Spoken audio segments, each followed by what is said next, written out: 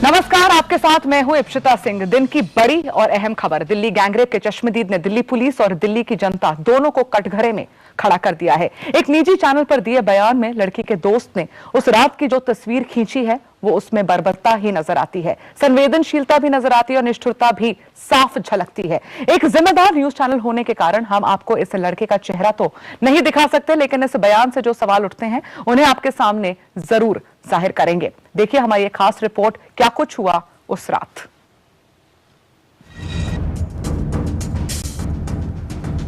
Delhi gangrape कांड के इकलौते चश्मदीद और गैंगरेप पीड़ित के दोस्त ने एक निजी चैनल को दिए बयान में जो खुलासा किया है, उसने दिल्ली पुलिस और दिल्ली के लोगों की संवेदनहीनता की पोल खोल दी। जब दरिंदों ने दोनों को चलती बस से फेंक दिया तो दिल्ली ने क्या किया, सुनिए। उन्होंने महिपालपुर फ्लाईओवर के नीचे हम दोनों को फेंक दिया। ये मेरी दोस्त को कुचलना भी चाहते थे, लेकिन किसी तरह मैंने उसे खींचकर बस के नीचे आने से बचाया। हमारे पास कपड़े नहीं थे, शरीर से खून बह रहा था। हम इंतजार करते रहे कि कोई तो मदद करेगा। कई गाड़ियां पास से गुजरी। मैंने हाथ हिलाकर रुकने को कहा। ऑटो, कार वाले स्पीड स्लो करते, लेकिन रुका कोई नहीं। मैं चिल्लाता रहा कि कोई कपड़े तो दे दो, लेकिन किसी ने कपड़े नहीं दिए। 20-25 मिनट तक हम मदद के लिए लोगों को पुकारते रहे। 15-20 लोग वहां खड़े थे। कोई कह रहा था कि लूट का मामला होगा। 1.5-2 घंटे हम वहीं पड़े रहे। लड़के के इस बयान की पुष्टि IBN 7 पर आए मददगारों के बयान से भी होती है।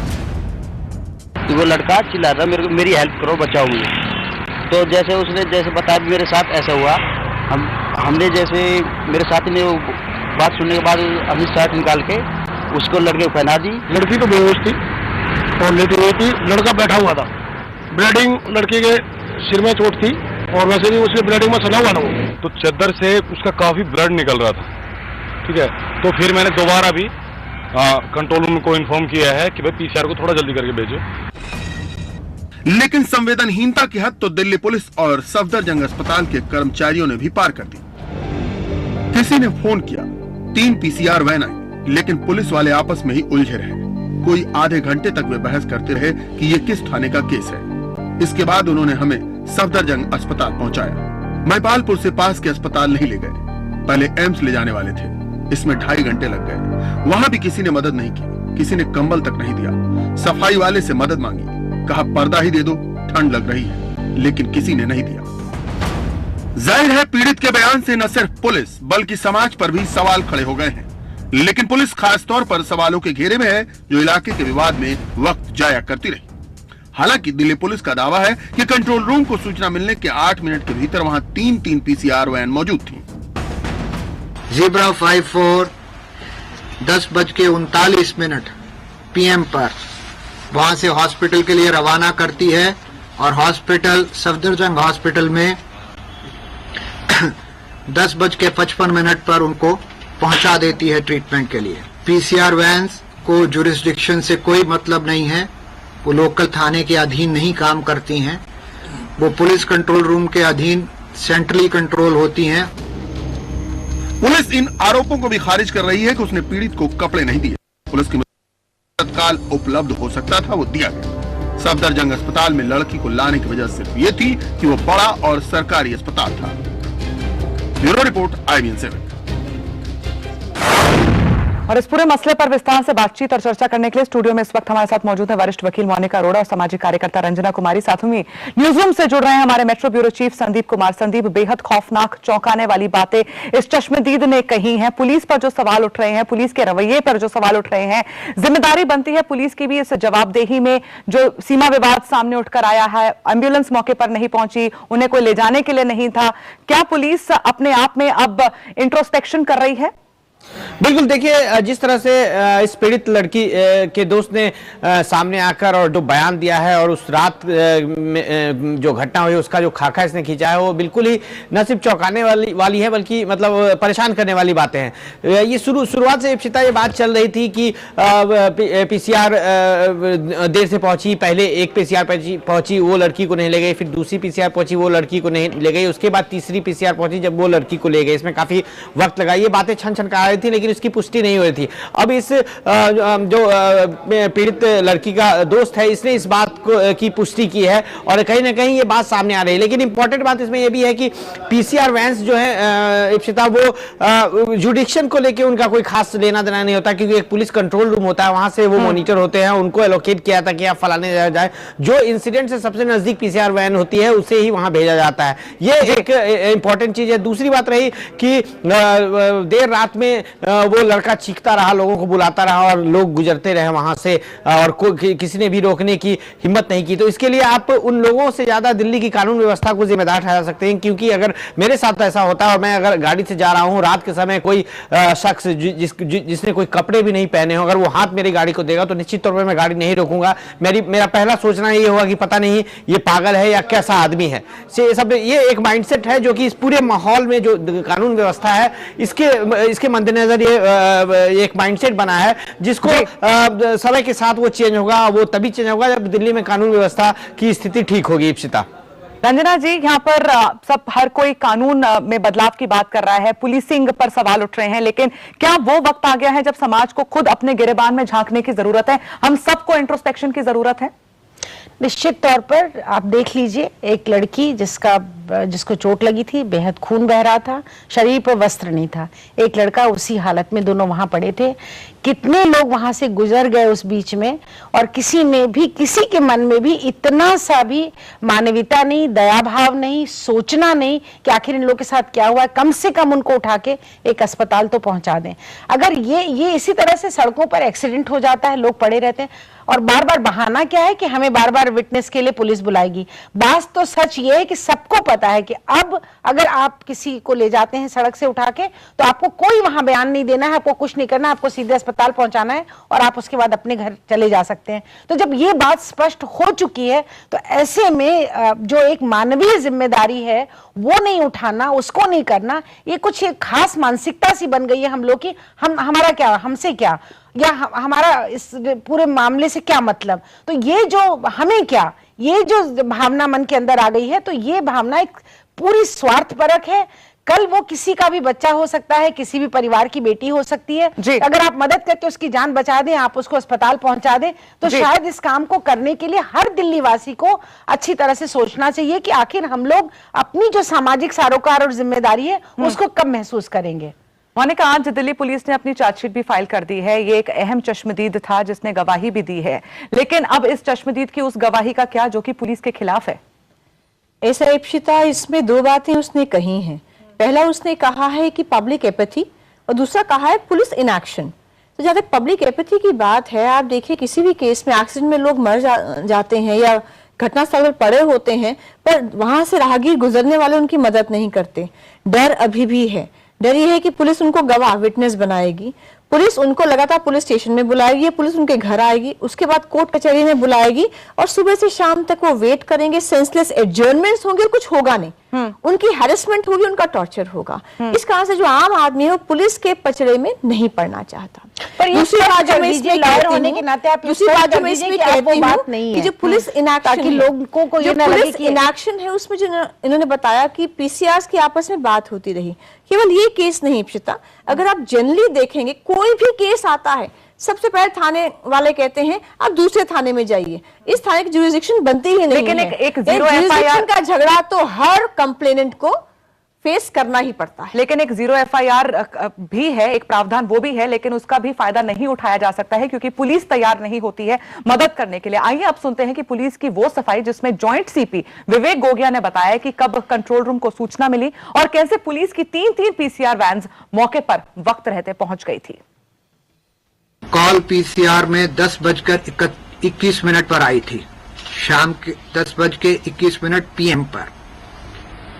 कॉल ट्रांसफर की गई थी पीसीआर वैन ज़ीब्रा 54 को 10:24 पर।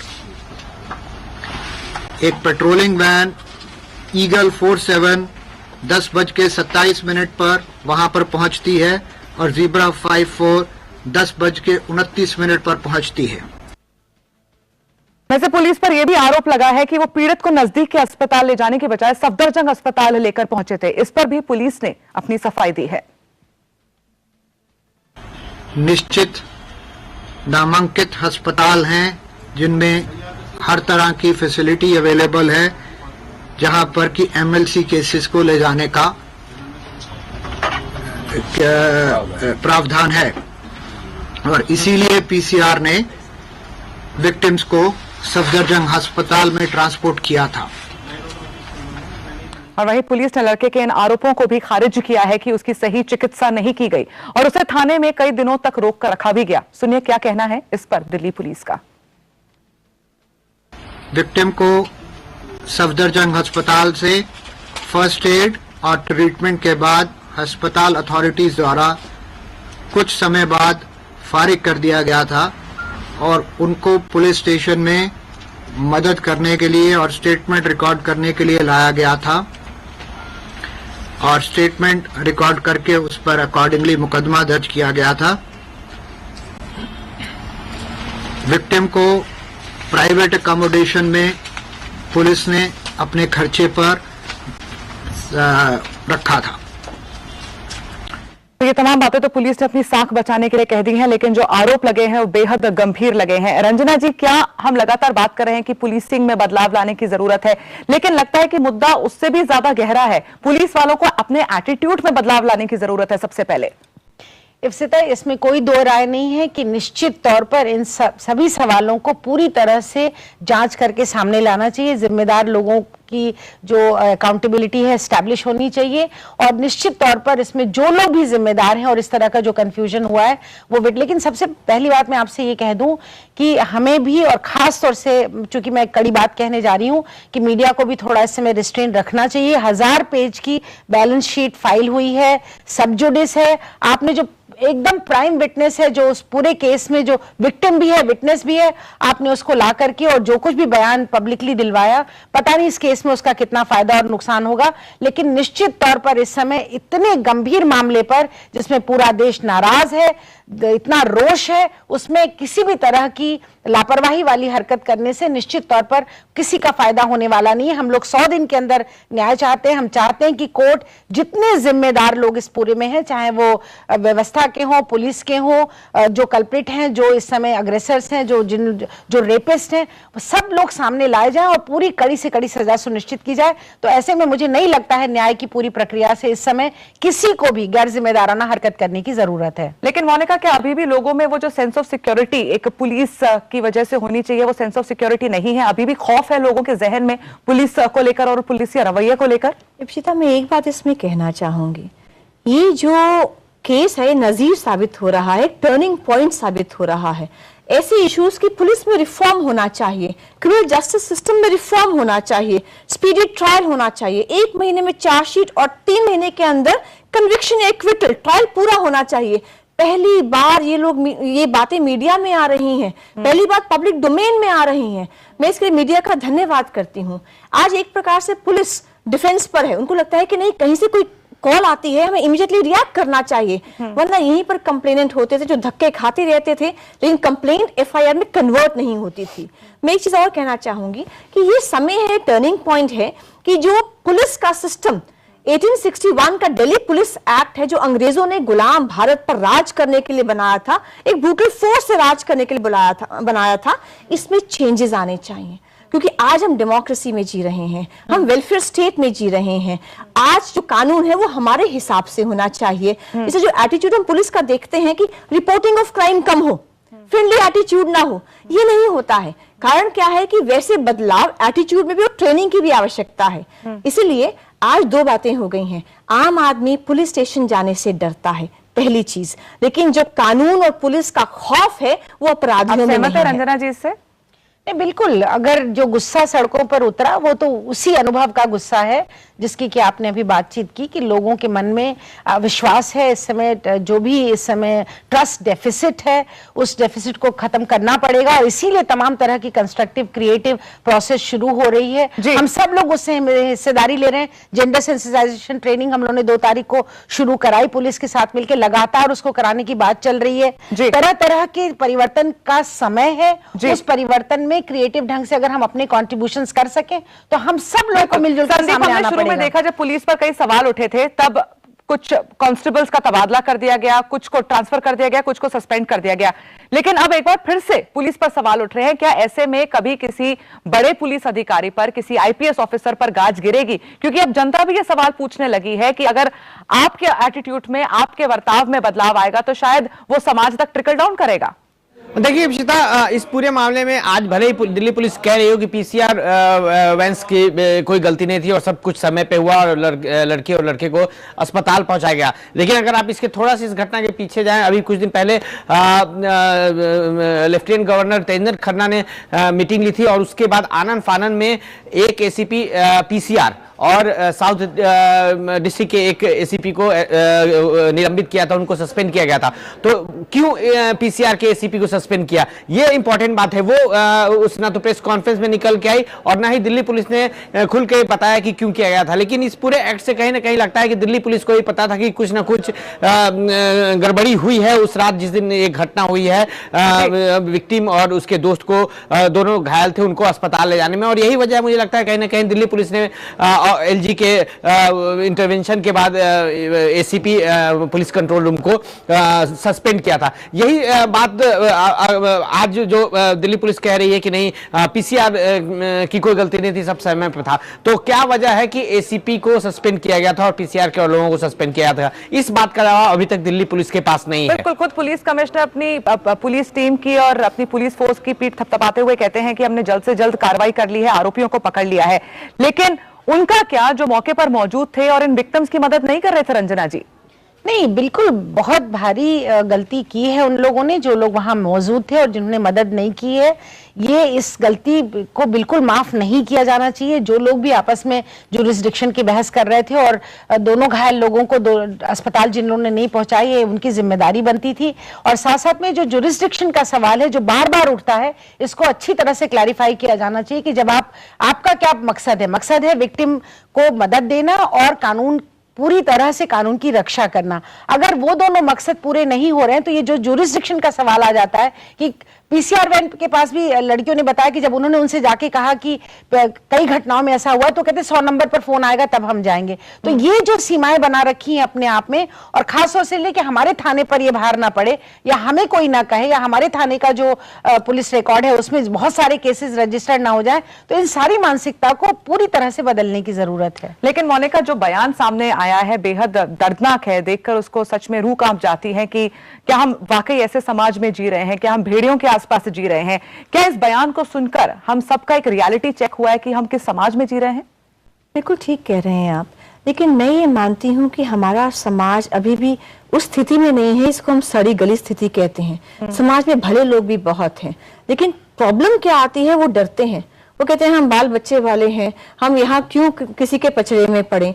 तो एक जो ट्रस्ट डेफिसिट की बात अभी की है इन्होंने, मैं उससे सहमत हूँ कि क्या पुलिस कुछ ऐसे अफर्मेटिव एक्शंस ले सकती है कि क्या जो सड़क किनारे लोग घटना स्थल पर होते हैं, जो इंजर्ड होते हैं, उनकी मदद करने वाले को कोई एप्रिसिएशन लेटर दिया जाएगा?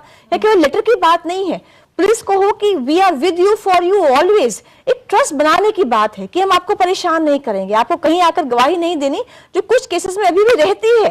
और लोगों में एक इंप्रेशन है, वो ठीक है गलत है वो एक अलग चीज है। तो क्या कुछ ऐसे एप्रिशिएटिव मेजर्स हो सकते हैं पुलिस की ओर से? क्या कैंपेन्स चल सकती हैं कि अगर आप किसी की मदद करेंगे तो आपको एप्रिशिएट किया जाएगा, समाज की ओर से भी और पुलिस की ओर से भी? संदीप, इसकी जरूरत है। बिल्कुल, जब ये मामला हुआ भी था, कई ऐसी बातें सामने आई थी कि बदलाव किया जाएगा, ट्रेनिंग दी जाएगी, जेंडर सेंसिटाइजेशन होगा। क्या ऐसे में अब 16 तारीख से लेकर अब करीब 20 दिन तो हो चुके हैं, क्या पुलिस की ओर से कोई इस दिशा में पहल या शुरुआत हो पाई है? देखिए, इस घटना के बाद आप तो कह सकते हैं कि सड़कों पे पुलिस दिख रही है, ट्रैफिक पुलिस ज्यादा एक्टिव हो गई है और टेंटेड शीशे हटाए जा रहे हैं। लेकिन अगर आप बात करें कि उन बसों की जो कि ब्लू लाइन में चलती थी और अब वो चार्टेड में चलने लगी या व्हाइट कलर में उनको पेंट करके चलाया जाने लगा है, तो वो अगर आपको मेन शहर में ना दिखे, लेकिन अभी भी दिल्ली के जो आउटर और आउटस्कर्ट वाले एरिया हैं वहां भी खुलेआम चल रहे हैं। अभी तक सरकार के पास ऐसा कोई डेटा नहीं आया है या ट्रैफिक पुलिस के पास है कि ऐसे कितनी बसें जब्त की गई हैं और उनके मालिकों को गिरफ्तार किया गया है। तो आप कह सकते हैं कि जो कार्रवाई हो पूरी तरह से अभी तक के सामने आती नहीं दिख रही है, सिवाय बयानबाजी के। एक जानकारी मैं दे दूं कि दिल्ली पुलिस की तरफ से 2 तारीख को एक जेंडर सेंसिटाइजेशन का कोर्स और रेप इन्वेस्टिगेशन के जो स्पेशल टेक्निक्स हैं उसके बारे में 2 अलग अलग ग्रुप के कोर्स शुरू किए गए, जिसमें हाईकोर्ट की जज गीता जी भी थी, दिल्ली पुलिस कमिश्नर स्वयं थे। लेकिन ये काफी नहीं है, ये पूरी जो जेंडर सेंसिटाइजेशन की प्रक्रिया है इसको साल भर लगातार और हर लेवल की पुलिस के साथ चलाया जाना चाहिए, ताकि जो संवेदनहीनता आज है वो वहां से खत्म हो सके पुलिस के अंदर। और जब महिला थाने के अंदर आती है अपनी बात को कहने के लिए, तो उसकी बात को भरोसा किया जाए जो कह रही है, और साथ साथ में उसको जो पूरे सहारे की उस समय जरूरत होती है वो सहारा पुलिस दे सके। लेकिन संक्षेप में आपसे मोनिका मैं जानना चाहूंगी, क्या कोई सोल्यूशन है इस प्रॉब्लम के लिए? ये जो जड़ में जो दिक्कत है इसको किस तरीके से सुधारा जा सकता है? जड़ में दिक्कत और सोल्यूशन। जड़ में दिक्कत क्या है, इस केस में तो हम सब एक्टिव हो गए हैं, पुलिस भी प्रोएक्टिव हो गई है, पर इसके तुरंत बाद जब ग्रेटर नोएडा में ऐसी एक शिकायत आती है कि गाड़ी में गैंग रेप की घटना होने वाली है, लोग वहां पे हैं, चिल्लाने की आवाजें आ रही हैं, तो पुलिस उसको हल्के में लेती है। उसके बाद जब एफआईआर लॉन्च होती है तो किडनैपिंग की और सेक्सुअल असॉल्ट की एफआईआर लॉन्च होती है, और उसके बाद विक्टिम ही घर से भाग जाता है डर के मारे। तो इसलिए जो एक एटीट्यूड का चेंज है वो ऊपर से नीचे तक पूरी पुलिस महकमे में आने की आवश्यकता है, जिसके लिए एक्ट में चेंज होगा, जिसके लिए ट्रेनिंग चेंज होगी। साथ में क्रिमिनल जस्टिस सिस्टम में ध्यान आता है कि प्रकाश सिंह जी के केस में जो सुप्रीम कोर्ट की गाइडलाइंस है उनको फॉलो अप क्यों नहीं किया गया, जो मैलीमत कमेटी है उसकी रिकमेंडेशंस को क्यों नहीं लागू किया। तो इस बदलाव की मांग सिटीजंस हम जरूर कर रहे हैं, लेकिन सबसे पहले हम सभी में बदलाव लाने की जरूरत है। शायद ये बदलाव घर से इसकी शुरुआत होगी। अगर माँ बाप अपने बच्चों को अच्छे संस्कार देंगे तो शायद एक बदलाव की शुरुआत हो सकती है। और अगर आप महिलाओं को वो इज्जत दे सके और वो जो रिस्पेक्ट वो कमांड करती है वो उनको मिले, तो शायद इस तरीके के जो इंसिडेंट्स है दोबारा आने वाले वक्त में ना हो और शायद सुनने को भी ना मिले। बहुत बहुत शुक्रिया रंजना जी आपका, मोनिका आपका, साथ ही में संदीप आपका भी बहुत बहुत शुक्रिया हमारे साथ इस चर्चा में जुड़ने के लिए। लेकिन अब अलग अलग प्रतिक्रियाएं इस मामले में भी मिल रही हैं। लड़के के खुलासे से दिल्ली पुलिस पर उठ रहे सवालों पर राजनीतिक पार्टियों की तरफ से तीखी प्रतिक्रियाएं देखने को मिली हैं। बीजेपी और लेफ्ट ने इस मामले में दिल्ली पुलिस के साथ साथ सरकार को भी कटघरे में खड़ा किया, तो गृह मंत्री सुशील कुमार शिंदे ने फिलहाल इस पर टिप्पणी करने से इनकार कर दिया। दिल्ली की पुलिस अपने फेलियर्स को छुपाने के लिए मीडिया को नियंत्रित करने का काम कर रही है। इसे न देश बर्दाश्त करेगा और बीजेपी इसका पूरा विरोध करेगी। और विजेंद्र जी, मैं आपसे कहना चाहता हूं, अगर उन्होंने कोई केस करने की कोशिश की तो आप अपनी पार्टी के साथ दिल्ली में पूरा प्रदर्शन करवाइए, ये मैं आपसे आग्रह करना चाहता हूं। यह नहीं चलेगा। ये बहुत ही दुखद बात है कि सरकार ने जो सहानुभूति दिखाना चाहिए था उस लड़के के प्रति, उनके अपने बयान से स्पष्ट हो रहा है कि सरकार की तरफ से कोई भी हमदर्दी नहीं। ये तो हमारे पास जो इंफॉर्मेशन है पुलिस की वो हमारे पास है, लेकिन कल जो टेलीविजन पे बात आपने बता रहे हो उसकी जब तक हम इंक्वायरी नहीं करते तब तक इस पर कोई भाष्य नहीं कर सकूंगा।